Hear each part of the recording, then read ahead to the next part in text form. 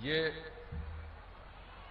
मेरी पहली सभा है इस चुनाव अभियान की, इसलिए मैं विशेष तौर पर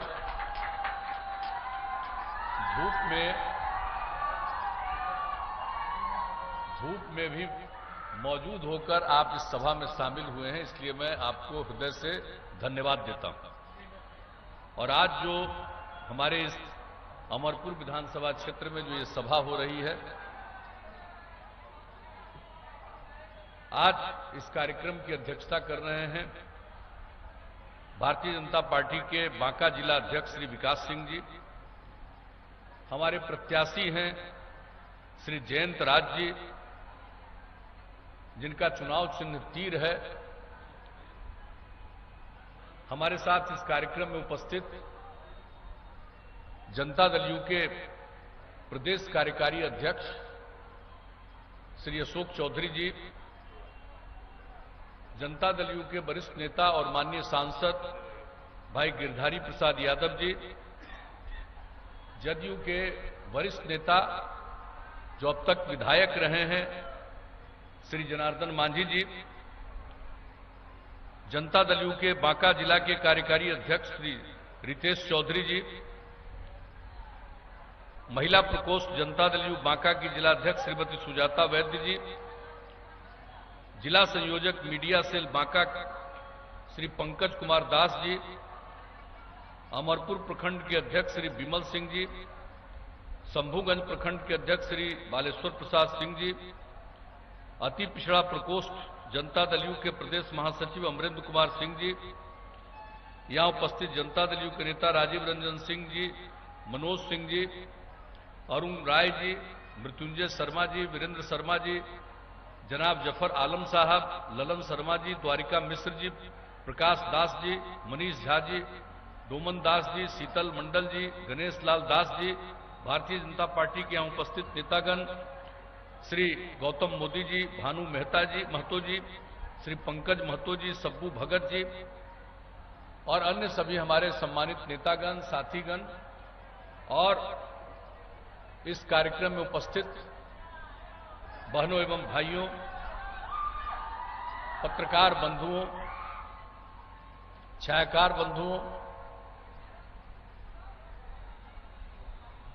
आप लोगों के बीच में और इस क्षेत्र में अनेकों बार आने का मौका मिला है और आज इस चुनावी कार्यक्रम में फिर आने का मुझको मौका मिला है। आप सबको मालूम है और हमारे जितने अभी हमारे पूर्व वक्तागण हैं, इन सब लोगों ने अनेक बातों की चर्चा कर दी है। मैं इन बातों को दोहराना नहीं चाहता हूं। और अभी जो ये फिजिकल चुनावी सभा है, उसकी सीमा कम होगी इस बार, क्योंकि कोरोना के चलते जो स्थिति उत्पन्न हुई है ये आप सबको मालूम है। मार्च महीने से जो बिहार में भी इसका प्रभाव आना शुरू हुआ था और इसका नामकरण हुआ कोविड-19, यानी पिछले वर्ष के अंत से ही दूसरे देश में शुरू हुआ था। ये दुनिया भर में इसका असर और हम लोगों का भी असर है, लेकिन हम लोगों ने भी इसका पूरा मुकाबला करने की कोशिश की है, लोगों की रक्षा करने की कोशिश की है। लेकिन ये अलग किस्म की चीज है, इसके बारे में अभी तक दुनिया भर में इसका अंतिम समाधान नहीं निकला। इसलिए हम तो यही आग्रह करेंगे कि हम सब लोगों को भयभीत नहीं होना है, लेकिन सजग रहना और सचेत रहना, ये काम हम लोगों को करना। और आप सबको मालूम है कि किस तरह से जब लॉकडाउन लागू हो गया था पूरे देश में, हम लोगों ने किस तरह से जो बाहर में हमारे लोग फंसे हुए थे उनको मदद की। 21 लाख लोगों को 1-1 हजार रुपए की मदद पहुंचाई। और जब केंद्र सरकार ने रेलगाड़ी के माध्यम से कोई दूसरे जगह के जहां फंसे हुए लोग थे उनको राज्यों में भेजना शुरू किया, उसका इंतजाम कराना शुरू किया, उसके बाद जो हमारे बिहार में कितनी बड़ी संख्या में लोग आए, रेलगाड़ी से 22 लाख से भी ज्यादा संख्या में लोग आए। और उसमें ऐसी जगहों पर जहां कोरोना का प्रभाव सबसे ज्यादा था, उन जगहों से लोग जो आ रहे थे उनके लिए हम लोगों ने क्वारंटाइन सेंटर बनाया और उन लोगों को 14 दिन हम लोगों ने रखा। और आप जान लीजिए कि एक एक व्यक्ति पर जो हम लोग रख रहे थे उनको एक एक व्यक्ति पर 5300 रुपया 14 दिन में खर्च किया गया। तो हर तरह से हम लोगों ने कोशिश की और जांच, और अब आप देख रहे हैं कितना नीचे जा रहा है। अब जांच की बात जो देख लीजिए और किस तरह से हम लोगों ने लोगों के चिकित्सा का इंतजाम, हर तरह का प्रबंध किया है और उसकी जांच जो जितने बड़े पैमाने पर हो रही है। आप जान लीजिए कि पूरे देश में जो 10 लाख की संख्या पर जितना जांच पूरे देश में औसत हो रहा है, उससे लगभग 3000 ज्यादा बिहार में हो रहा है। तो हम लोग एक एक चीज पर हम लोगों ने ध्यान देने की कोशिश की है और इसके जो शिकार हो जाते हैं, जिनकी मृत्यु हो जाती है, उन सबों के लिए भी हम लोगों ने, उस परिवार के लोगों के लिए हम लोगों ने सीएम रिलीफ फंड से 4 लाख रुपए की मदद उनको करते हैं। तो हर तरह से जो भी संभव है कर रहे हैं, हर प्रकार का इंतजाम कर रहे हैं। हम तो लोगों से यही कहेंगे, और केंद्र सरकार की तरफ से भी जो काम किया गया, लोगों के जांच के लिए जो मशीनरी चाहिए, उन सब चीजों का इंतजाम, अनेक जगहों पर उसके लिए संस्थान की स्थापना, कई तरह की मदद जो केंद्र की तरफ से किया गया। और आप जान लीजिए जब ये किया गया तो केंद्र ने, हम लोगों ने तो जो लोग भी राशन कार्ड धारी हैं उनको 1000 रुपए की सहायता, और 23 लाख से भी ज्यादा लोग जिनको राशन कार्ड नहीं था उनको राशन कार्ड दिलवाने का प्रबंध किया। ये सब काम तो हम लोगों ने किया है। लेकिन केंद्र सरकार की तरफ से नवंबर तक, आप समझिए इस साल नवंबर तक हर परिवार को, जो परिवार है उसके लिए उन लोगों ने हर व्यक्ति के लिए 5 किलो अनाज मुफ्त में देना, और दाल पूरे परिवार के लिए 1 किलो, ये नवंबर तक दिया जा रहा है। हर लोगों को हर प्रकार से हम लोगों ने सहायता करने की कोशिश की है, केंद्र सरकार ने सहायता करने की कोशिश की है। और हम लोग तो चाहेंगे कि भाई सब लोगों को जागरूक रहने की जरूरत होगी, आवश्यकता इसी बात की है। और ये तो कहेंगे, और इसी के चलते जो स्थिति पैदा हो गई है, अब सीमित कार्यक्रम होता है, लोग सीमित संख्या में रह सकते हैं, ये सारी बातों के बारे में जो गाइडलाइन दिया जा रहा है आप सब जान रहे हैं। तो हर तरह से हम लोगों ने जो कुछ भी संभव है काम करने की कोशिश की है। और एक बात जान लीजिए, आप लोगों ने काम करने का मौका दिया तो उसके कारण उस काम को हम लोगों ने प्रारंभ से ही जिस तरह से किया, समाज के हर तबके, और मेरा क्या सिद्धांत रहा, हम लोगों ने न्याय के साथ विकास की बात कही है प्रारंभ से। और न्याय के साथ विकास का मतलब है हर इलाके का विकास और समाज के हर तबके का उत्थान। और जो लोग हाशिए पर हैं, किनारे पर हैं, उनको मुख्य धारा से जोड़ने के लिए विशेष पहल किया गया। कितना काम किया गया महिलाओं के उत्थान के लिए, अनुसूचित जाति जनजाति के उत्थान के लिए, अति पिछड़े वर्ग के उत्थान के लिए, अल्पसंख्यक समुदाय के उत्थान के लिए, सबके लिए जो काम किया गया। कहां महिलाओं को पहले कोई काम का अवसर मिलता था या उनको कोई सम्मान मिलता था? जब लोगों ने काम करने का मौका दिया, हम लोगों ने सबसे पहले महिलाओं को 50% का आरक्षण दिया पंचायती राज संस्थाओं में, नगर निकायों में। अब 3 बार चुनाव हो चुका और कितनी बड़ी संख्या में अब महिलाएं जनप्रतिनिधि के रूप में सामने आई हैं। उसी तरह से अति पिछड़े वर्ग को 20% का आरक्षण और अनुसूचित जाति को आबादी के अनुरूप और जनजाति को आबादी के अनुरूप क्रमशः 16% और 1% का आरक्षण, ये सब किया। अब कितनी बड़ी संख्या में लोग जनप्रतिनिधि के रूप में सामने आए हैं, काम करने का उनको अब आगे अवसर मिला है। और महिलाओं के उत्थान के लिए शिक्षा के क्षेत्र में हम कितनी बात कहेंगे, समय बहुत कम है, तो चाहे शिक्षा का क्षेत्र हो, स्वास्थ्य का क्षेत्र हो, समाज के हर तबके के उत्थान के लिए हम लोगों ने जो प्रयास किया। और किस तरह की स्थिति थी पहले, कोई सड़क नहीं था, सड़कों का निर्माण। और ये आप जोड़ लीजिए कि पहले कैसी सड़कें थी और अब पिछले समय से जितना सड़कें और हर गांव को सड़क से जोड़ने की योजना बनी, लगभग वो काम 90% पूरा हो चुका है और बाकी काम भी हो जाएगा और आगे अब मौका मिलेगा। आप जान लीजिए, अब खाली खाली गांव को सड़क से जोड़ने वाली बात नहीं करेंगे। हमने तो आगे के लिए अब तक जितना काम हमने किया, ये सब काम तो कर दिया और पहले से ही लगातार सबके उत्थान के लिए काम कर रहे हैं। और इस बार जब काम करने का मौका मिला तो हमने 7 निश्चय के अंतर्गत काम करना शुरू किया। महिलाओं को फिर सरकारी सेवाओं में 35% का आरक्षण, लोगों की पढ़ाई के लिए आप सोच लीजिए हर जिले में इंजीनियरिंग कॉलेज, पॉलिटेक्निक संस्थान, इस तरह से कितने संस्थानों की स्थापना की गई है।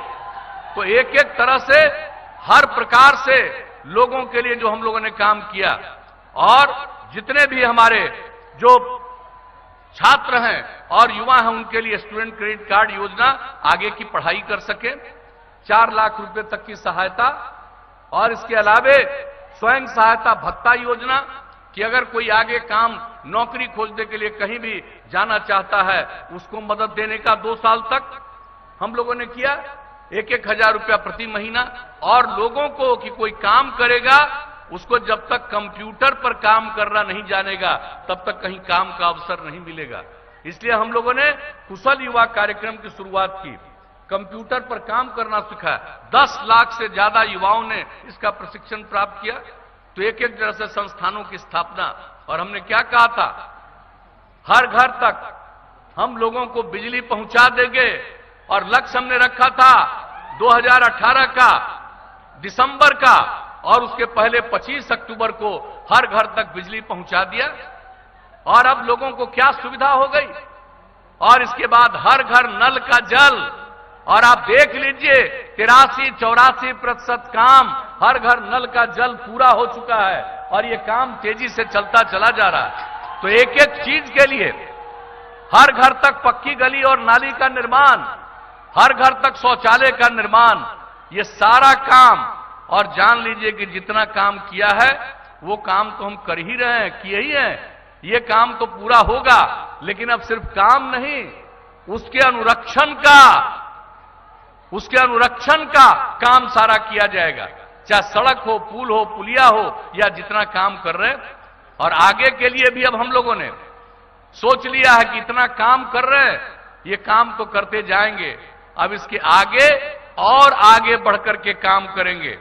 और उसके लिए हमने अगले 5 वर्ष के लिए 7 निश्चय 2 का ऐलान किया है। और उसके अंतर्गत अब हम युवाओं को जो पढ़ा रहे हैं और ट्रेनिंग मिल रही है, जो नई टेक्नोलॉजी आ गई है, नई तकनीक जो विकसित हुई है, उन तकनीकों से उनको उसको न सिर्फ परिचय उनका कराएंगे बल्कि उनकी पूरी ट्रेनिंग कराएंगे। चाहे वो पॉलिटेक्निक संस्थान हो, ITI, उसमें भी व्यवस्था, उसके अलावे हर जिले में इंतजाम इसके बारे में कर रहे हैं हम लोग, हर प्रकार से एक एक चीज का, और हर प्रमंडल में इस तरह का इंतजाम करेंगे कि जितने तरह के इक्विपमेंट होते हैं सब वहां पर मौजूद रहेंगे और हर तरह की सुविधाएं लोगों को दी जाएगी। यानी नई टेक्नोलॉजी के बारे में पूरे तौर पर लोग प्रशिक्षित हो जाए। तो एक एक काम हम लोग करने का आगे के बारे में निश्चय कर लिया है।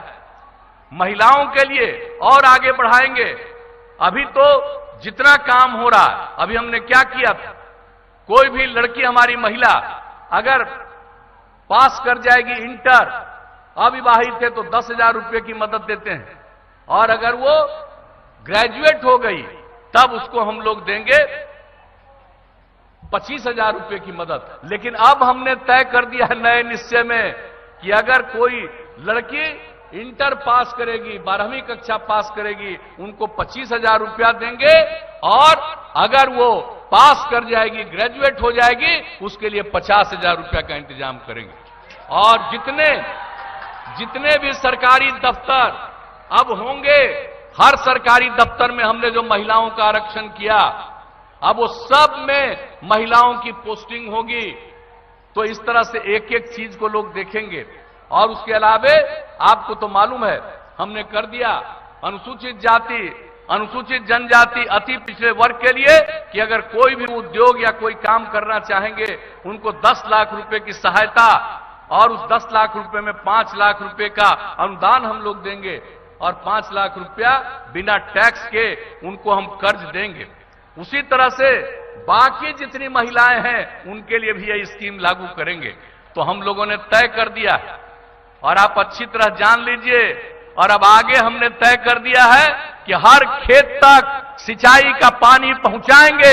आप अगर मौका दीजिएगा तो अभी तो हमारे बता रहे थे गिरधारी जी पूरे चीजों के बारे में इन्होंने बताया कि कितना सिंचाई के क्षेत्र में काम हुआ।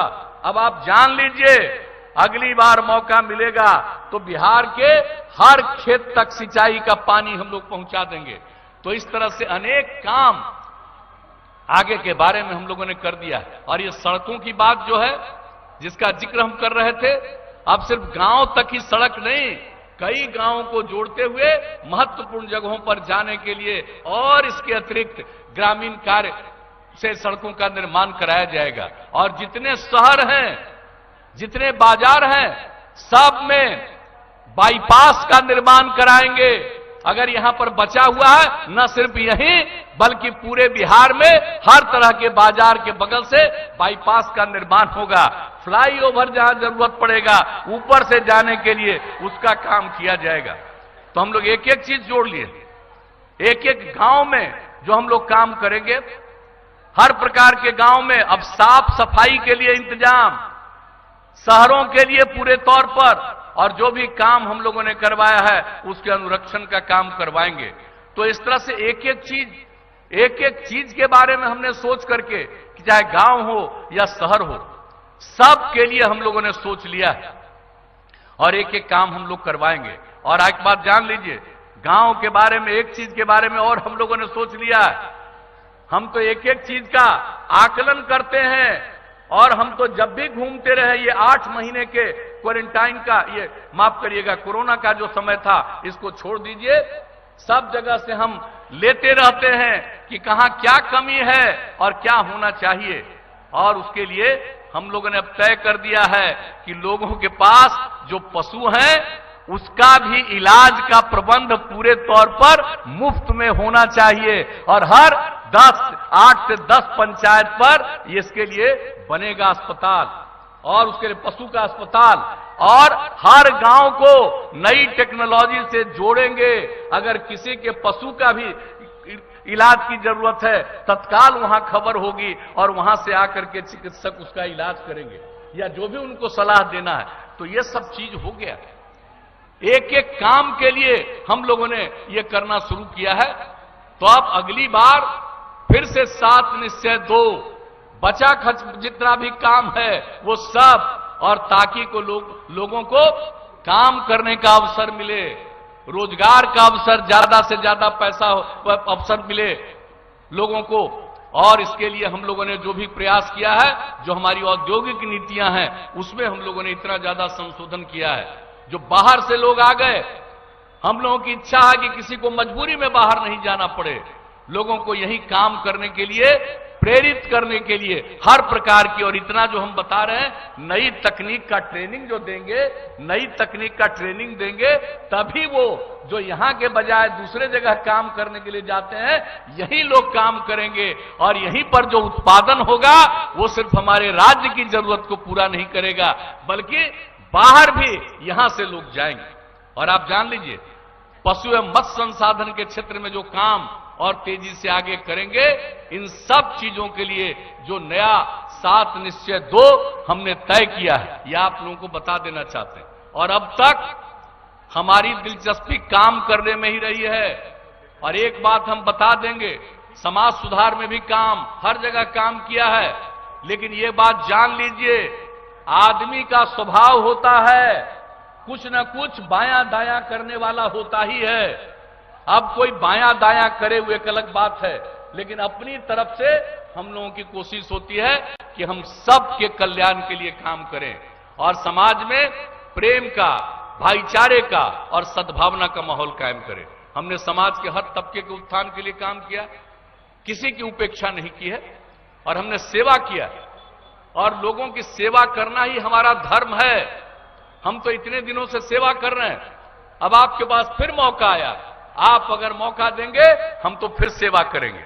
लेकिन कुछ लोग हैं भाई, जिनको सेवा वगैरह से मतलब नहीं है, उनको अपने लिए मेवा चाहिए, उसी में लोगों की, बहुतों की दिलचस्पी रहती है। और हम तो सेवा में दिलचस्पी रखते हैं। और अच्छी तरह जान लीजिए, एक बात जान लीजिए, कुछ लोगों के लिए परिवार है पति पत्नी बेटा बेटी, और मेरे लिए पूरा बिहार एक परिवार है। हम पूरे बिहार के संपूर्ण परिवार के उत्थान के लिए हम काम करते हैं। कुछ लोग अपने लिए काम करते रहते हैं, और आप इतने दिनों से काम किया है, कहीं कोई चीज छूटा हुआ है, एक एक काम पूरा होगा, इसकी चिंता मत करिएगा। अगर मौका दीजिएगा तो हम तो भाई सेवा ही करते रहते हैं, और आपको बता दिया कि सेवा ही करना आपका हमारा धर्म है। ये तो आप पर है, आपने इतने दिनों काम करने का मौका दिया, और नई पीढ़ी के लोगों को बताना चाहिए क्या स्थिति थी भाई। शाम के बाद पहले, शाम होते होते कोई घर से बाहर निकल पाता था? क्या स्थिति थी पहले? किस तरह का माहौल था? आज हम लोगों ने किस तरह का माहौल इकट्ठा किया, तो एक एक काम किया है। तो इसलिए हम तो यही आप सब लोगों से निवेदन करने आए हैं कि भाई काम देख लीजिए, और नई पीढ़ी के लोगों को एक एक चीज पुरानी स्थिति बताइए, और नई स्थिति काम हुआ है और आप फिर काम करने का मौका दीजिएगा, तो बचा कुचा और बिहार सक्षम बिहार बनेगा, स्वावलंबी बिहार बनेगा, बिहार आगे बनेगा। और आप लोगों को मैं इतना ही बता करके अपनी बात को समाप्त करूंगा कि बिहार की जो आमदनी का दर जो बढ़ता जा रहा है, वो अपने देश के सबसे अधिक ज्यादा बेहतर ढंग से बढ़ता चला जा रहा है। ये लोगों को ठीक ढंग से मालूम नहीं है। हमारी तो घनी आबादी है, इलाका तो सीमित रहेगा, लेकिन आबादी तो बहुत ज्यादा बढ़ी है। लेकिन इसके बाद भी 20% से ज्यादा आबादी बढ़ी जब से काम करने का मौका मिला। हमने तो एक एक काम किया। हम तो प्रजनन दर कम करने के लिए ही हम महिलाओं को पढ़ाना चाहते हैं। और आपको मालूम है, जब हमारी लड़कियां भी पढ़ लेंगी तो ये जो स्थिति आएगी कि आज जो बिहार का प्रजनन दर है वो बहुत नीचे जाएगा, और आगे भी विकास के लिए, और जितनी तेजी से हम लोगों का विकास हो रहा है, प्रति व्यक्ति आय में वृद्धि हो रही है, पूरे बिहार की आमदनी में वृद्धि हो रही है, ये सब में और बेहतर स्थिति आएगी। इसलिए हम सब लोगों से ये अपील करेंगे, आग्रह करेंगे, निवेदन करेंगे कि काम को देखिए, काम को देखिए, और किसी के प्रचार के चक्कर में मत जाइए। अगर काम को देखने के बजाय किसी के प्रचार के चक्कर में गए तो उनकी तो आमदनी बढ़वा दीजिएगा, और अपनी आमदनी को पूरे पहले की तरह ही नीचे करवा लीजिएगा। यह अच्छी तरह आप लोग जान लीजिए। सोचना आपको है, और मालिक आप हैं, जनता मालिक है, हम मालिक नहीं है, हम सेवक हैं। तो हम तो सेवा करते हैं, मालिक आप हैं। आपका अगर फिर मन है कि इसी तरह से काम तेजी से आगे बढ़े तो फिर से मौका दीजिए, और एनडीए को, हमारे गठबंधन को, जो राज्य की सरकार काम कर रही है, केंद्र सरकार का जो सहयोग मिल रहा है, ये सब मिलकर के बिहार को विकसित प्रदेश के रूप में परिणत करेंगे। यही आप सबसे आग्रह है, और आप सबसे निवेदन करेंगे कि हमारे उम्मीदवार भाई जयंत राज जी को विजयी बनाइए, उनको विजयी बनाइए, इनको वोट दीजिए। तीर छाप का, और 28 तारीख को वोट है। जो तीर छाप है उसके ठीक बगल का, उसके सामने का बटन दबा करके इनको विजयी बनाइएगा। अरे भाई तो ये बताइए कि हमारे जयंत राज जी को विजयी बनाइएगा, हाथ उठा के बताइए,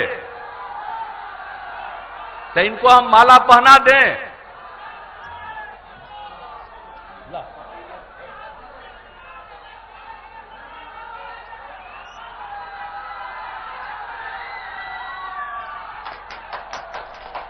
तो आपसे इजाजत लेकर के हम पहना दिए हैं। अब इस बात का ध्यान रखिएगा। यही कहते हुए अभी अनेक जगहों पर भी मुझे जाना है। मैं देख रहा हूं कि यहां से निकलने का समय मेरा पूरा हो चुका है। इसलिए इन्हीं शब्दों के साथ मैं अपनी बात को समाप्त कर, आप सब यहां सुनने के लिए इकट्ठा हुए, मैं आपको हृदय से धन्यवाद देता हूं। और जो सेवा है उस पर ध्यान देकर के आप अपना निर्णय लीजिएगा। इन्हीं शब्दों के साथ आप सबको हृदय से धन्यवाद देते हुए, आपका अभिनंदन करते हुए मैं अपनी बात समाप्त करता हूं।